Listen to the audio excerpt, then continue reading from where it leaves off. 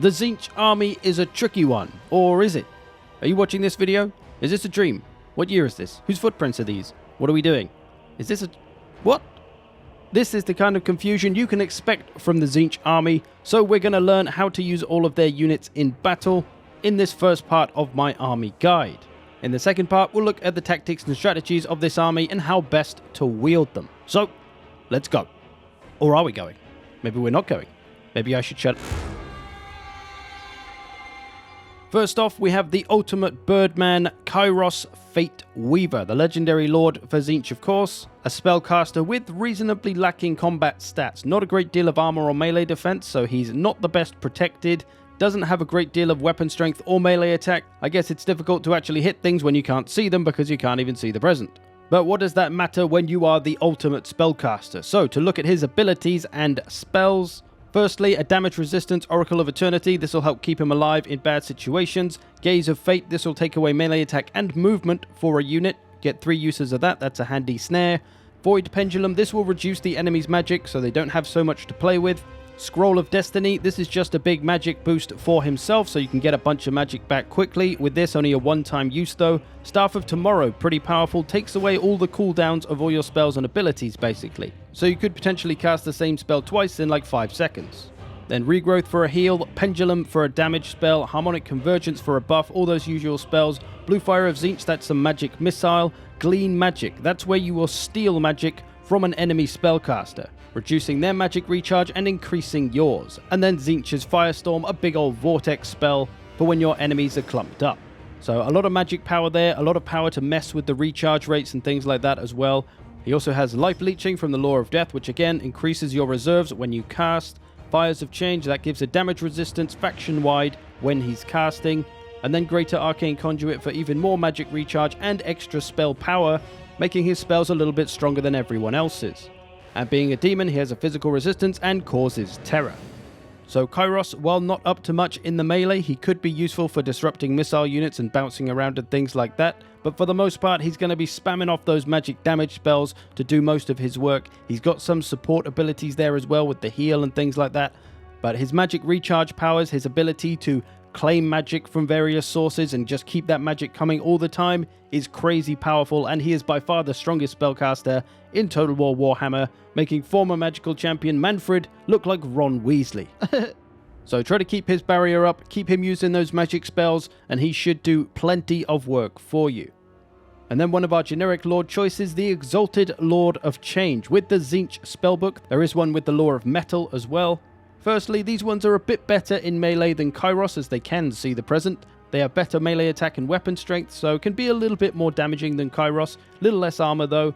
In the spells and abilities, the Portal Glyph, this will allow him to summon some Furies, so always nice to have a summon spell. He's got 2 uses of that. Then he's got the Law of Tzeentch, the whole spellbook, rather than just half of it like Kairos, so a few different spells to use there. And then we've got Prismatic Plurality. This decreases cooldown when casting, so the more spells you pop off, the quicker you can cool things down. Fires of Change when casting, damage resistance, Greater Arcane Conduit, same as Kairos here. And then we have Staff of Change. This is an interesting one. An explosion, one-time use. When an enemy unit drops below 20% health, it will just explode and pretty much die at the end. Can't be used on lords or heroes though. And that is a passive ability, so it will just happen by itself. Then there's a physical resistance, terror, and demonic, of course. So not quite as magically adept as Kairos, but still some strong stuff there. Nice to be able to have that summon of Furies. And will still be able to do lots of damage with his magic, but will be a little bit better at doing damage in melee too. So a similar deal to Kairos, but maybe a little bit more damage dealer, whereas Kairos can be a little bit more support with some of his magic spells and his ability to just mess with magic. Both very strong and very expensive lords all the same. And then your other generic lord choice is the Herald of Tzeentch. Again, Law of Metal or Tzeentch if you wish. This one is more your squishy wizard type lord overall. Doesn't have much armor or melee defense, so keep him out of the melee as much as you can. He doesn't have terrible foot speed, but you probably want to put him on his disc mount where he can be really quick and whiz around the skies, or you can put him on a burning chariot mount where he can be a little more dangerous in melee with stronger armor-piercing weapon strength. But if you do keep him out of the melee, he can still be useful because he does have a ranged attack. Pretty strong missile, not armor-piercing, but still can do a bit of damage with that, and of course has all the magical power as well with the Law of Tzeentch. For spells and abilities, he's got the Opal Amulet for a damage resistance, Locus of Conjuration, which will give him a power recharge, amplified by the amount of units nearby, so that's a nice power recharge there, and another one with the Chromatic Tome, another power recharge, so just more magic to play with when you use those. Then you've got the Lore of Tzeentch with this one, which is a very damage-heavy lore book, so lots of damage potential with that. He can fire whilst moving, his missile attack as well, and then pretty much normal stuff. Fires have changed there, Arcane Conduit, physical resistance, blah blah blah. So this is going to be really the choice if you want to save money. He has just as good a mobility as the other two lords if you put him on one of his two mounts, which honestly are going to be pretty essential for him because of how squishy he is. So put him on a disc as soon as you can, put him on the Burning Chariot if you like, but keep him out of trouble, keep him spamming off those spells, and he could do a lot of work damaging the enemy. Especially as he has a ranged attack, he can keep up constant damage pressure without having to go into melee. So that be all of your lord options. Now let's get to our first hero, the Iridescent Horror. This one with the Lore of Tzeentch. There's a Lore of Metal one as well.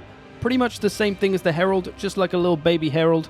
Keep him out of melee, put him on a mount, make use of his missile strength, which does have fire damage as well, by the way, as the Herald does. Good to use that on those units that are weak to fire, that missile attack especially. Otherwise, you'll just be keeping him out of the way, trying to use his magic spells as much as possible. The only real difference between him and the Herald is that he doesn't have a magic recharge ability, but instead has a damage boost to an area, so he can make some troops do more damage. Ideally, you're probably going to bring these if you want another Lore of Magic, so if your Lord has the Lore of Tzeentch, then you want a hero with the Lore of Metal. So you've got some more different magic to play with, and you maybe want him on a chariot mount so he can do a bit more in melee and be a little bit more useful than otherwise being the same as your Lord. And then we have the Cultist of Tzeentch, who is through and through a squishy wizard. Don't put him into melee, unless you're maybe disrupting some crappy missiles or something. But what's unique about him is that he can bring the Lore of Fire, which no one else in this army can. So he has that unique USP, as well as having a summon ability, which is a one-time use. You can summon some pink horrors. So nice to bring along just for that Lore of Fire. There's some very strong spells in there, as many of us will know. Kindle Flame on him as well, of course, coming with that Lore of Fire. He can have a Chaos Steed mount, which you'll probably want him on all of the time, because being so squishy, he is very vulnerable. Keep him on that horse, keep him moving, keep him using his magic. He will do some work, I'm sure. Especially a good choice if you're facing a faction that has a lot of weakness to fire. He's going to be your man. Alright, on to the bulk of the army then. Blue Horrors, one of our few melee infantry units, if you can call them that. They are a hybrid unit. They do have a missile attack as well. In melee, their stats may not make them look like they're up to much, but they do have that barrier to protect them. And their biggest save here is their loose spacing. There's a lot of space between all of the units, which means they kind of fight and die slower than you might think. But still, don't expect much with only 22 melee defense and 5 armor. They are by no means a holding unit. They've got a pretty decent ranged attack, although short range and not a lot of ammo, so they'll ideally want to use all that up before going into melee to maximize their damage potential.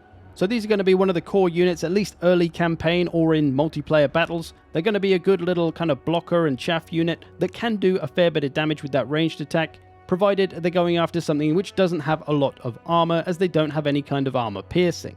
They do have fire attacks as well, which could be useful, so use all of the ranged attack and then send them in just to bog the enemy down. And then you have the Pink Horrors, who are pretty much the same deal, just much better all around. So better in melee, decent melee combatant, still not the toughest in the world, but not too bad. The ranged attack is much better, it's got way more ammo, more range, and more missile strength. So these ones will function more like a traditional missile unit. You can use them like they're archers, just using up all their ranged attack, and when they can, they could go into melee as well if need be, or when they've run out of ammo. Given their barrier, physical resistance, and loose spacing, it can help them trade well with other missile units as well. These can work well alongside Blue Horrors or simply replacing them. Their unit size is only half that of the Blue Horrors though, so they're not quite as chaff-worthy as the Blue Horrors, who are much cheaper and with their higher numbers can survive a little bit better in ways. And then there is the Exalted Pink Horrors of Tzeentch. These are basically the same as the previous unit, the normal Pink Horrors, just a little bit better in the stats, stronger missile attack, and they have an ability that gives them power recharge, so more magic for your army basically, but only when they're out of melee. So try to use up their missile attack and their ammo as much as possible, and then only go into melee when you have to, or when you've run out of ammo, to make the best use of them. Again, their fire attacks can be good for sniping down those weak to fire units. And then we've got some Forsaken, which have been in Total War Warhammer for a long time, of course, and other Chaos Gods have them as well. They're a good damage dealer, frontline infantry, big weapon strength, although focus on lightly armored units because they don't have armor piercing. They're not terribly good at surviving though, with only 20 melee defense. They do have nice armor, so charge them in. They can smash some stuff. They can be good for chasing down missile units if you can flank them around to get after the backline and things like that. But given all of your horror infantry isn't that good at being a chargy, rushy, aggressive frontline, if you do want that or need that, Forsaken are your damage dealer frontline choice. If you're against a faction that doesn't have missiles though, they can be really good at cycle charging. Because they have that barrier they can use up and a fast foot speed, they can charge in, do some damage, and then when their barrier's gone, get out of there, let it recharge and go in again. If you could pull that off, you could make them pretty tanky. Okay, onto the ponies and the air now. Firstly, the Chaos Knights of Tzeentch on their horses that are still too small for them. Good stuff. They're very tough with big armor and a bronze shield, do have a lot of melee defenses. This is a melee cavalry. Most cavalries are shock cavalry and are designed for cycle charging. These ones though can just charge into melee and stay there for a bit. They've got the toughness to do it. They don't have as big of a charge bonus as a result, but still can do a lot of damage to unarmored units because they don't have armor piercing. So pretty much just a classic heavy cav, flank them around, get them behind, disrupt missiles and artillery, use hammer and anvil into the back of the enemy front line as much as you can. Pretty much standard cavalry stuff. Although again, with that barrier and being quite mobile, they can just charge in, use up the barrier, do what damage they can on the charge, and get back out, recharge the barrier, and go back in again. You could do that whole cycle charging thing like a shock cavalry, and that could be pretty powerful. If it's powerful you're after though, then the Doom Knights might be the way to go. Very tough, lots of armor, silver shield so they can block missiles well, lots of damage to be done, big charge bonus, although again, no armor piercing. Do have Vanguard deployment as well, which is pretty cheeky. So they're pretty much the same as the previous unit as the Chaos Knight Cavalry, except they are flying, obviously, so that gives them way more mobility, and again, more chance to use that barrier in a cycle charge fashion, and they're a little bit more of a cycle charging unit. They don't have as much melee defense, so they don't want to stay in prolonged combat too long, but they can be much better at harassing missiles and killing those off, getting artillery, hitting the back line. Just a very mobile, dangerous damage dealer that can be pretty tough if you use that barrier well. And then you've got the Burning Chariot, which is another flying unit and is a flying chariot. It's good in melee, of course, with lots of armor-piercing weapon strength, has fire and magical attacks, and the Warp Flame trait on there as well, which will give a weakness to fire and reduce armor of whoever they touch with that. Same on their missile attack. Big weapon strength, 1.1k damage, not a lot of ammo for it. It's obviously a big flame attack. Doesn't have a ton of range, but being flying, you can get nice and close. But it's still a chariot overall, so you don't want to leave it in prolonged melee combat. Doesn't have much armor or melee defense, so fly it over, use that ranged attack, charge it down into melee for maybe 10 or 15 seconds, then get it back out of there, and repeat the whole thing again. And given the strength of that missile attack and that it's armor piercing, you'll likely want to focus infantry, or maybe you could hit some cavalry with that missile attack, but elite infantry is going to be the best target and the best potential return on that ammo. And then, like the other Chaos factions, we've got some Furies. These are just really good harassers. If you've got a lot of missiles that you're worried about shooting you, or shooting your horrors, or shooting any of your expensive powerful units, Furies are a great way to get in there and disrupt those. They can do a fair bit of damage, although they won't survive terribly well. They do have Vanguard deployment as well, so they can be great at sneaking up on those missiles and artillery nice and early before they can do any damage to the rest of your army. Given their fast speed as well, they can be good for catching skirmish cav, which could otherwise be a problem. And lastly, we've got the Screamers. These are another air harassing kind of unit, but these ones are anti-large and armor piercing, so extra good at going after cavalry and monsters, although they're not the toughest in the world, so using that barrier well can be really essential for them. Charge them in, let them do some attacking, use up the barrier, and then get them out, let them recharge and go again. As they are flying and very mobile, that can work, but it does take a fair bit of micro, of course. Probably best off with a few units of them bunched together, or maybe bunched up with some Furies instead, just to help them survive a bit better and potentially make more use of their strong armor piercing and bonus versus large attack. Let's finish with then...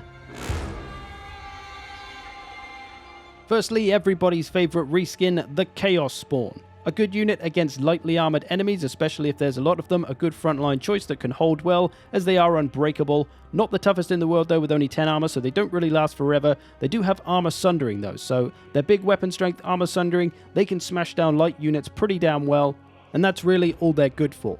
You really just want to charge them in head first. If they take too many missiles though, they probably won't be as useful because no armor, no shield, They will get shot up pretty quick, being a big target as well. Could potentially be useful against heavier factions though, and heavier units like Khorne, who don't have the missiles to shoot them down, but do have heavy armor, but the armor sundering that they can bring can help other units hurt those units more, so they can be useful as a support unit in that role too. And then we have what is technically a ranged unit, the Flamers. They have a big missile strength flaming attack with that warp flame as well, although it's only short range at 90. If they can hit things with this though, it does a hell of a lot of damage. Especially good against infantry, but also could do a lot of damage to pretty much anything. Cavalry, monsters, lords and heroes, as long as they're a big enough target, they can really put the damage out on them. They are horrendously terrible in melee with only 10 armor and 12 melee defense though, so avoid that at all costs until they run out of ammo at least. If they do, you can try and make use of their barrier and cycle charge them a bit so that they don't die so easily in melee, but could be useful for harassing missiles and artillery and stuff like that, but otherwise, all about the ranged power with the Flamers. And then we have the Exalted Flamer, which is just one single flamer, unlike the previous unit, but does a big amount of damage, big missile strength, armor piercing, warp flame, 1.1k damage. So you do not want to waste his ammo, he doesn't have a lot of it, again short range. Ideally these flamers are best against infantry, and that's true for the Exalted Flamer. And with this one's flame attack, it is a long thin stream, so ideally you want to be kind of at the side of infantry or at a bit of an angle. If you're face on, most of your attack is probably going to kind of miss. Could be useful against cavalry and other things as well though, but infantry I think is really where you're going to make the most money on those attacks. And then another single entity monster, the Lord of Change. This one is pretty much just a dumbed down version of one of your lords. He has a couple of spells in Blue Fire and Pink Fire of Tzeentch that he can use, one a flame attack, one a magic missile, and has some reasonable combat stats, although lacking in the armor. Armor piercing weapon strength though, so he can bounce around a bit and be a bit of a nuisance. He can fly of course, so he's very mobile, has that barrier. You can combine those two things to cycle charge and make him hard to kill, like most of this army, but otherwise just a nice option to have as an extra harasser and still a damage dealer at the same time. He can use that magic constantly, he can bounce around, he can be a real problem for an enemy army. And lastly, no Chaos faction would be complete without a Soul Grinder of course.